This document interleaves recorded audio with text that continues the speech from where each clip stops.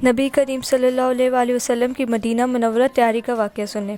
مشرکین مکہ بلا کیسے اپنے مکروہ دھندوں کو ہر بات کرتے جبکہ وہ کفر کی وادیوں میں مکمل طور پر گم ہو گئے تھے۔ وادی طائف کے کچھ دنوں بعد ہی آپ صلی اللہ علیہ وسلم نے تبلیغ اسلام کا کام دوبارہ شروع کر دیا تھا۔ آپ لوگوں نے دوبارہ لوگوں کو توحید کی دعوت دینی شروع کر دی تھی۔ یہ 11 نبوی کا سال تھا۔ مشرکین حسب دستور حج بیت اللہ پر اہتمام کے ساتھ کیا کرتے تھے۔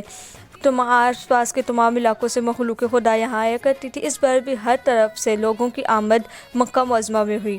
نبی کریم صلی اللہ علیہ وسلم نے حسب معمول یہاں اسلام کا تعارف کروانا شروع کیا، مگر چند ہی افراد اسلام سے متاثر ہوئے جن میں ان کی تعداد تھی 6۔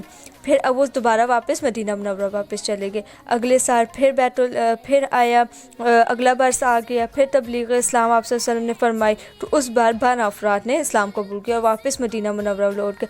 مگر دراصل یہ 12 افراد نہیں تھے بلکہ یہ 12 خاندان تھے۔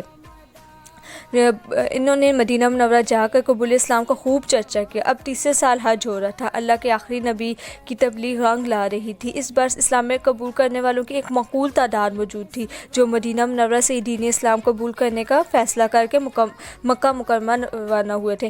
ان میں 73 مرد اور 2 خواتین شامل تھیں۔ ان لوگوں نے یہ مطالبہ پیش کیا کہ نبی کریم صلی اللہ علیہ وسلم جلد از جلد مدینہ منورہ تشریف لائیں۔ انہوں نے اس عزم کا اعادہ کیا کہ اگر اہل اسلام مع رسول صلی اللہ علیہ وسلم مدینہ منورہ آتے ہیں تو اہل مدینہ ان سب کی حفاظت جانی اور مالی دونوں طریقے سے کریں گے۔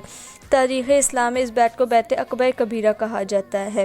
نبی صلی اللہ علیہ وسلم نے عام مسلمانوں کو ہجرت مدینہ منورہ کی اجازت مرحمت فرما دی تھی۔ ہجرت مدینہ تاریخ اسلام کا نہایت اہم موڑ تھا۔ یہ ہجرت بھی مشرکین مکہ کے لیے سخت پریشانی تھی۔ دوسری وجہ یہ تھی کہ اہل اسلام کی ہجرت اس قدر خفیہ طریقے سے ہوئی تھی کہ مشرکین مکہ کو کافی دیر بعد ان کے مدینہ منورہ چلے جانے کا علم ہوا۔ اس کی وجہ یہ تھی کہ مشرکین مکہ کی زیادتیوں کی وجہ سے عام طور پر اہل اسلام اپنے گھروں میں رہتے تھے، یا ان کا محبوب ترین مشغلہ یہ ہوتا تھا کہ آپ صلی اللہ علیہ وسلم کی تعلیم پر اپنے گھروں پر ہی غور و فکر کرتے رہتے تھے اور اس طرح وہ مشرکین مکہ کے ظلم و ستم سے بھی محفوظ رہتے تھے۔ مگر جب کافی تعداد میں اہل اسلام مدینہ منورہ پہنچ گئے تو مشرکین مکہ کو علم ہوا کہ اب ہمارا نشانہ صرف اور صرف نبی کریم صلی اللہ علیہ وسلم کی ذات اقدس ہی رہ گئی ہے۔ چنانچہ مشرکین مکہ نے متفقہ طور پر یہ منصوبہ بنایا کہ اکثر اہل اسلام مکہ سے مدینہ منورہ جا چکے ہیں، اس لیے نبی کریم صلی اللہ علیہ وسلم کو نعوذ باللہ قتل کر دیا جائے۔ اللہ تعالیٰ نے ان کے اس منصوبے کی خبر آپ صلی اللہ علیہ وسلم کو دے دی۔ جب حضرت سیدہ فاطمہ زہرا نبی صلی اللہ علیہ وسلم سے مدینہ منورہ کی تیاری کا سنا تو بے قرار ہو گئی اور رو رو کر عرض کرتی تھی، بابا جان، میں آپ صلی اللہ علیہ وسلم کی جدائی میں کیسے زندہ رہ سکوں گی؟ میرا تو ابھی سے دل ڈوب جاتا ہے۔ آپ صلی اللہ علیہ وسلم کا وہاں تشریف لے جانا بہت ضروری ہے تو ہم دونوں بہنوں کو بھی ساتھ لے جائیں۔ نبی کریم صلی اللہ علیہ وسلم نے آپ رضی اللہ عنہ کے سر پر دست شفقت پھیرتے ہوئے فرمایا، بیٹی، اللہ کا یہی حکم ہے کہ ہم ایسی حالت میں ہجرت کریں کہ ہمیں رات کے وقت سفر کا آغاز کرنا ہے، اس لیے تمہارے ساتھ لے جانا نہایت مشکل ہے۔ حالات ٹھیک ہوتے ہی ہم تمہیں چھوڑ کر کیسے جا سکتے ہیں؟ بیٹی، یہ جدائی انتہائی عارضی ہے۔ ہم مدینہ منورہ پہنچ کر بہت جلد ایسا انتظام کریں گے کہ تمہیں اپنے پاس بلوا لیا جائے۔ اللہ کے حکم سے ایک رات حسب پروگرام نبی کریم صلی اللہ علیہ وسلم حضرت ابو بکر رضی اللہ عنہ کے ساتھ مدینہ منورہ کی طرف روانہ ہو گئے۔ نبی کریم صلی اللہ علیہ وسلم نے اپنے آزاد کردہ غلام حضرت ابو رافع رضی اللہ عنہ کو بھی اور حضرت زید رضی اللہ عنہ کے ہمراہ روانہ فرمایا تھا۔ بہرحال نبی کریم صلی اللہ علیہ وسلم نے حضرت زید بن حارثہ کو روانہ فرماتے وقت 500 درہم اور اعلیٰ نسل کے اونٹ بھی دیے تاکہ اہل خانہ بخیر مدینہ منورہ پہنچ جائے۔ چنانچہ حضرت زید رضی اللہ عنہ اور حضرت عبداللہ رضی اللہ عنہ مکہ معظمہ آئے اور یہاں سے آپ رضی اللہ عنہ دونوں الگ ہو گئے۔ پھر ان سب نے چنانچہ یہ سب اکٹھے ہوئے جس میں یہ 9 افراد تھے: بنت رسول حضرت سیدہ فاطمہ زہرا، بنت رسول سیدہ ام کلثوم رضی اللہ عنہا، ام المومنین حضرت سیدہ سودا رضی اللہ عنہا، ام المومنین حضرت سیدہ عائشہ صدیقہ رضی اللہ عنہا، نبی کریم صلی اللہ علیہ وسلم کی دائیہ حضرت ام ایمن رضی اللہ عنہا اور ان کے صاحبزادے اسامہ بن زید رضی اللہ عنہا، حضرت ام رومان رضی اللہ عنہا، زوجہ حضرت ابو بکر صدیق رضی اللہ عنہا، حضرت عبداللہ رضی اللہ عنہا اور حضرت اسماء رضی اللہ عنہا، زوجہ حضرت زبیر ابن عوام رضی اللہ عنہ۔ یہ سب لوگ بخیریت مدینہ منورہ پہنچ گئے اور کسی بھی قسم کا کوئی ناخوشگوار واقعہ پیش نہ آیا۔ بالآخر یہ مقدس قافلہ مدینہ منورہ پہنچ گیا۔ حضرت سیدہ فاطمہ زہرا اور حضرت سیدہ ام کلثوم اپنے والد مکرم کی خدمت میں آداب کے ساتھ حاضر ہوئیں۔ بیٹیوں کی آمد سے نبی صلی اللہ علیہ وسلم کو بے حد خوشی ہوئی، اور یہ ایک دو راز کی بات نہیں تھی، بلکہ سرکار دو عالم پر قریش مکہ کی طرف سے اس قسم کے مظالم ہر روز ٹوٹتے تھے، اور ہر روز حضرت سیدہ فاطمہ زہرا رضی اللہ عنہا کو والد ماجد صلی اللہ علیہ وآلہ وسلم کے نئے سے نئے غم کو دیکھنا پڑتا تھا، اور پھر یہ مصیبت کے پورے 1000 دن جن حالات میں کاٹنے پڑے وہ حد بیان سے باہر ہیں۔ بالآخر تقریباً 3 سال کا یہ غم و عالم اور درد و مصیبت کا دور ختم ہوا۔ نبی کریم صلی اللہ علیہ وسلم کا بیت اللہ شریف کی طرف رخ کرنا۔ نبی کریم مدینہ منورہ میں آئے ہوئے تقریباً 2 سال کا عرصہ گزرا تھا کہ اسی سال اسلام کو بہت سی خوشخبریاں اور عظیم انعامات سے نوازا گیا۔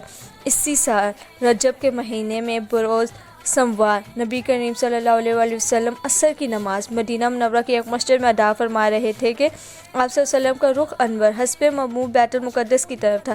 ابھی دوسری رکعت کا رکوع ہی ادا کیا تھا کہ نبی اللہ تعالیٰ نے آپ صلی اللہ علیہ وسلم کو بذریعہ وہی حکم دیا کہ اپنا رخ بیت اللہ شریف کی طرف کر لیں۔ نبی کریم صلی اللہ علیہ وآلہ وسلم نے اسی وقت اپنا رخ بیت اللہ شریف کی طرف کر لیا، اور آپ صلی اللہ علیہ وسلم کے صحابہ کرام رضی اللہ عنہ نے بھی اپنا رخ تبدیل کر لیا۔ اسی روز سے کعبہ شریف کی طرف رخ کر کے نماز پڑھنا فرض ہوا۔ اسی سال رمضان مبارک میں روزے رکھنے کا حکم ہوا۔ اسی بار صدقہ و فطرانہ واجب کیا گیا۔ اسی سال نماز عید بھی پڑھی گئی۔ اسی سال کفار کے ساتھ جہاد کرنے کی ابتدا ہوئی، یعنی جنگ بدر۔ اور سب سے اہم واقعہ یہ ہے کہ اس سال حضرت سیدہ فاطمہ زہرا کا نکاح مبارک حضرت علی المرتضیٰ رضی اللہ عنہ کے ساتھ ہوا۔ حضرت سیدہ فاطمہ رضی اللہ عنہا کی مخصوص کفایت کے بارے میں آپ صلی اللہ علیہ وسلم کا ارشاد ہے کہ اگر اللہ تعالیٰ حضرت علی مرتضیٰ رضی اللہ عنہ کو پیدا نہ فرماتا تو پوری زمین میں حضرت سیدہ فاطمہ زہرا کا کوئی انسان کفو نہ ہوتا۔ حضرت فاطمہ آپ صلی اللہ علیہ وسلم جنت کے مشتاق ہوتے تھے تو حضرت سیدہ فاطمہ زہرا کی دیدہ بوسی فرماتے تھے۔ جب آپ رضی اللہ عنہ پر پردہ فرض ہو گیا تو نبی کریم صلی اللہ علیہ وسلم نے فرمایا کہ یہ حور کس کے لیے ہے؟ اتنے میں جبریل علیہ السلام آئے اور کہنے لگے کہ اللہ تعالیٰ نے آپ صلی اللہ علیہ وسلم پر سلام بھیجا ہے۔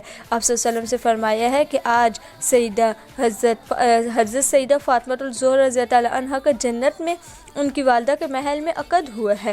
حضرت اسرافیل علیہ السلام نے خطبہ پڑھا ہے، حضرت جبرائیل علیہ السلام اور میکائیل علیہ السلام شاہد بنے، اور اللہ تعالیٰ ولی ہوئے، اور شور علی المرتضیٰ بنے۔